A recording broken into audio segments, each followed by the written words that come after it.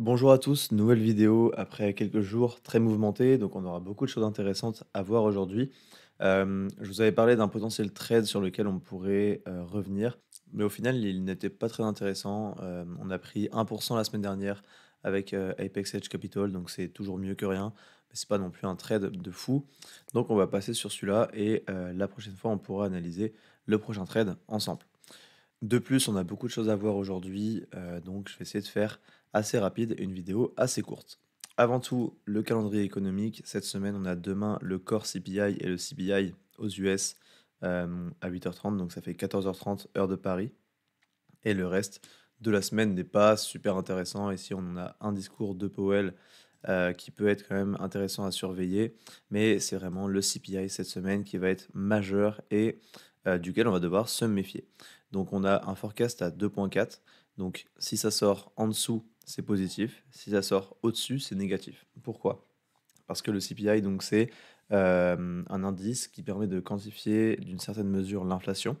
Et donc, si on a une inflation qui sort plus basse que prévu, la Fed va revoir sa politique monétaire à la baisse et donc pouvoir baisser les taux plus rapidement. À l'inverse, si la donnée sort plus haute que le forecast, on peut avoir une Fed qui va plutôt prendre son temps pour baisser les taux et le marché va donc repricer ça à la baisse.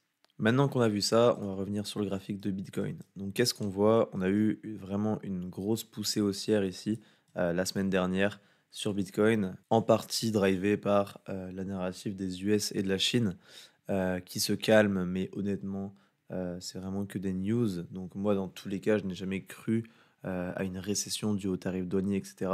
Maintenant, c'est pas juste sur un accord passé comme ça que ça va se terminer. Donc c'est en bonne voie, mais on attend vraiment de voir comment ça va se passer. Ici, on voit un beau petit rejet qui a été causé du coup par une news encore sur les US et la Chine, donc c'est pas très clair. Et personnellement, j'attends d'y voir un peu plus clair avant de changer de décision et de vision plus moyen terme. Donc ici, mouvement très haussier, on continue la tendance haussière, il n'y a pas de souci. On fait toujours des plus hauts, de plus en plus haut. Maintenant ici, moi je vais tracer un retracement de Fibonacci qui va me permettre de déterminer une localisation dans laquelle je vais pouvoir potentiellement chercher des longues. Donc je vais tracer notre zone d'OTE ici. La voici. Donc maintenant, si je trace des volumes horizontaux, ici tout simplement sur cette hausse-là, on peut voir qu'ici on a vraiment un énorme trou de 102 500 dollars à 97 000 dollars. Donc c'est vraiment une zone que le marché est voué à revenir travailler dans les prochains jours, prochaines heures comme ceci, et ensuite, pourquoi pas, continuer la tendance haussière. Maintenant, le scénario auquel on peut s'attendre, c'est simplement une correction en A, B, C, comme ceci. Pourquoi? Eh bien, tout simplement parce que si on se met en daily, je vais vous tracer ici une zone de fair value gap qui est donc la dernière fair value gap daily. Donc c'est vraiment une zone majeure qui va opérer comme support pour le prix et dans lequel le prix va essayer de se relancer vers le nord pour éventuellement aller casser l'ATH. Par contre, ici, on peut voir qu'on s'est arrêté juste avant cette FVG Daily. Alors maintenant, ici, le mouvement est en cours actuellement. Donc, est-ce qu'on va venir déborder tout de suite ou pas? Je ne peux pas le savoir. Maintenant, moi, je m'attends, pourquoi pas, à une correction ici en A, B, puis C. Donc, si on se met en 1 heure, on le verra mieux, comme ceci. Et donc, c'est potentiellement dans ce genre de zone-là qu'on va attendre de surveiller le prix et potentiellement voir une inversion de structure. Ici, on a un début de tendance baissière à court terme parce qu'on est venu mécher 2 fois au-dessus de ce plus haut et ensuite on a cassé le plus bas qui a déclenché la cassure de ce plus haut. Donc pour moi ici, on a un début d'inversion de structure. Maintenant, ça suffit vraiment pas à inverser toute la tendance haussière qu'on a établie depuis plusieurs jours, plusieurs semaines maintenant. Mais ça peut laisser penser à un retracement un petit peu plus profond, potentiellement sous les 100 000 dollars. Et c'est ici qu'on va surveiller notre tendance baissière. Et dès qu'on viendra faire un plus haut que le précédent, on pourra éventuellement se tracer un Fibo qui va nous donner une zone OTE ici. Et c'est ici qu'on pourrait rentrer longue pour viser plus haut et un potentiel break de la TH. Donc voilà pour mes scénarios concernant Bitcoin. Maintenant, moi je le vois pas forcément repartir comme ça tout de suite. C'est une éventualité, mais je prendrai pas de position dans ce cas-là. On aurait potentiellement un short ici à prendre dans ces zones-là avec un stop au-dessus du dernier plus haut et potentiellement target ici la FVG en 1 heure ici Maintenant, c'est potentiellement risqué parce que aller shorter une tendance haussière, je suis moyen fan, mais avec un faible risque, on a quand même un ratio de 4,5. En risquant 100 balles, on peut gagner 450 balles. Donc personnellement, ça peut être intéressant. Moi, ce que je vais surveiller, c'est si on revient ici, dans cette zone-là, et faire potentiellement une inversion de structure, on pourrait éventuellement prendre un short ici en targetant cette zone de fair value gap en horaire sur le niveau des 100 500 $. Maintenant, si on ne peut pas prendre ce short, on va voir le scénario pour longue que je vous ai déjà expliqué, qui est donc la correction en ABC, une inversion de structure, et ici, on pourrait potentiellement longue sur ces niveaux-là, avec un stop sous le plus bas et une target potentiellement à l'ATH des 108 000 et quelques dollars. Donc voilà pour résumer mes deux potentiels scénarios, mes deux potentielles prises de position pour cette semaine. On va attendre de voir comment le prix se développe et on va réagir en fonction. Maintenant, je voulais faire un tour avec vous sur la Bitcoin dominance. Donc moi, c'est un graphique que je regarde uniquement en daily, pas en plus petite time frame parce que je trouve pas forcément ça significatif. On a eu un beau rejet ici durant les 5 derniers jours. Maintenant, ça n'invalide pas la tendance haussière qu'on a depuis maintenant plusieurs années. Ça reste parfaitement aussi, on peut parfaitement continuer à faire ça. La dernière fois qu'on a eu une correction aussi brute que ça, c'était en fin d'année 2024 et on avait eu un beau rallye sur les alts. Alors, est-ce qu'on va refaire pareil et potentiellement se reprendre ici à la hausse ou continuer de chuter comme on les a fait durant les autres cycles et avoir une grosse chute comme ça sur la Bitcoin dominance? C'est des scénarios envisageables. Maintenant, on n'a pas forcément de signaux encore pour ce genre de scénario. Mais effectivement, ça peut laisser du potentiel aux altcoins. Concernant les altcoins, on avait parlé du graphique du Total 3 dans une précédente vidéo. On était à peu près ici et on avait déterminé que si on venait faire une clôture en weekly au-dessus de ce niveau-là, du dernier plus haut, on avait une inversion de structure en weekly, donc c'est quand même une inversion de structure très solide, donc je vais la valider.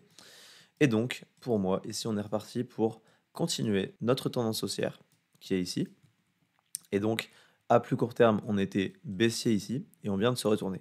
Donc ici, on a un peu toutes les planètes qui s'alignent. On a une tendance haussière long terme et une tendance haussière plus court terme. Donc maintenant, une zone où on peut rentrer sur les alts. Donc ici, Total 3, pour ceux qui ne connaissent pas, c'est un graphique qui regroupe toutes les cryptos en excluant Bitcoin et Ether. Donc toutes vos alts se retrouvent sur ce graphique, proportionnellement à leur capitalisation, bien sûr. Donc ici, on a la première école qui va tracer un Fibonacci comme ça. Évidemment, si on vient faire un plus haut, on déplace notre Fibonacci et qui attendent cette zone-là pour entrer. Maintenant, dans ce mouvement-là, on a un Fibonacci qu'on peut placer ici. Et pour moi, celui-là fait plus de sens si vous voulez être sûr de pouvoir rentrer et vous n'êtes pas forcément au centime près sur vos prix d'achat.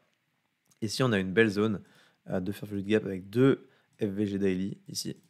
Et donc ici, on pourrait éventuellement s'attendre à ce genre de mouvement, une petite correction tranquillement, et ici on repart. Donc si vous n'êtes pas encore assez exposé sur les alts, ça peut être une solution. Pour moi, on ira casser ce plus haut-là, et comme je vous avais dit dans l'ancienne vidéo, on ira au moins à 1,8 trillion de dollars. C'est ma target personnelle pour Total 3 sur ce cycle, et je ne pense pas vendre d'altcoin avant ça. Maintenant, si vous êtes déjà très exposé sur les altcoins et que vous préférez attendre des meilleurs prix d'entrée, vous pouvez simplement tracer votre Fibonacci comme ça sur l'ensemble du mouvement haussier et attendre ces niveaux-là. Si on n'y revient pas, vous vous en foutez parce que vous êtes déjà assez exposé sur les altcoins. Et si on y revient, bah, tant mieux parce que vous pouvez baisser vos prix d'entrée moyens. La différence entre acheter maintenant, ici sur ces niveaux-là, ou acheter ici, c'est que vous avez beaucoup plus de confirmation en fait. Ici, on a vraiment une confirmation très très forte en weekly d'une reprise de momentum sur les alts et d'une reprise de tendance haussière à moyen terme et à court terme. Et donc, vous avez beaucoup moins de risques à vous exposer sur ces niveaux-là que sur ces niveaux-là. Même s'ils sont plus hauts, même si vos prix d'entrée sont moins intéressants, vous avez un ratio risk-reward qui reste très intéressant parce que vous avez beaucoup moins de risques à vous exposer maintenant qu'à vous exposer sur une tendance baissière qui aurait pu évidemment continuer comme ceci indéfiniment et avoir potentiellement un plus gros crash sur les altcoins. On a un petit peu de temps, donc on va aller voir Ethereum face à Bitcoin. On a eu un beau réveil ici sur Ethereum face à Bitcoin, donc il montre vraiment de la force. Il me semble que sur la semaine dernière, Ethereum a fait 36% de hausse, ce qui est quand même significatif et il me semble que ce n'était pas arrivé depuis 2021, si je dis pas de bêtises. Donc ici, on a potentiellement un retournement si on se met en weekly. Hop, on avait un nouveau plus bas ici, donc on le voit pas forcément en weekly, mais ici en daily, on le voit bien. Hop, c'est celui-là. Et donc, on a potentiellement une inversion de structure haussière. Maintenant, c'est encore une fois pareil. Est-ce que ce mouvement nous invalide toute cette baisse-là? Moi, je demande à voir un petit peu plus. Par exemple, si on se met en weekly, on a des zones de fair value de gap lors de ces baisses-là. On en a ici. Hop, tac. Donc, si on vient s'affranchir de ces zones-là et se reprendre ici, potentiellement acheter ici serait plus intéressant pour viser une expansion haussière d'Ethereum face à Bitcoin. Et vous vous rendez compte ici que acheter ici ou ici, c'est au même prix, au même rapport de force face à Bitcoin. Mais par contre, vous avez beaucoup moins de risques parce que une fois qu'on aura fait ce mouvement-là, vous avez vraiment une confirmation solide d'une reprise de force d'Ethereum, alors que ici, on peut tout simplement continuer à la baisse comme on l'a fait plusieurs fois ici. Vous voyez un gros rebond et on l'a fait un nombre de fois incalculable. Donc maintenant, la question c'est est-ce un fake out ou alors est-ce qu'Ethereum reprend vraiment du poil de la bête et remontre vraiment ses dents pour ce cycle, pour cette fin de cycle haussier, pour la fin d'année 2025, peut-être le début 2026. Donc voilà, ça reste à surveiller. Pour moi, Ethereum n'est pas mort. Maintenant, je demande plus de confirmation pour m'y exposer lourdement à moyen terme. Parce que pour moi, c'est encore timide, c'est un mouvement sur une semaine, ça peut vraiment être faussé et nous tromper et continuer à descendre vers le sud. Donc voilà, j'espère que cette vidéo vous aura plu, j'espère qu'elle vous aura comme d'habitude aidé dans vos décisions, dans vos analyses et dans vos choix, dans vos potentiels trades également et dans vos investissements. Comme d'habitude, je partage uniquement ma vision, ce ne sont pas des conseils en investissement, je ne suis en aucun cas conseiller financier. Je suis juste là pour vous montrer comment je travaille et vous partager ma vision des marchés. Pour ceux qui ne le savent pas, je trade sur la plateforme BitGet, donc vous avez un bonus dans la description. J'ai des passes VIP à offrir de 2 semaines, j'en ai 5 par mois. Il me semble qu'il en reste que 3 pour le mois de mai. Donc je vais essayer de vous sortir une analyse mercredi, une fois qu'on aura eu les résultats du CPI, pour débriefer un peu de tout ça et pour voir les perspectives à venir pour les prochains jours. En attendant, n'hésitez pas à vous abonner, à lâcher un like, et moi je vous dis à la prochaine.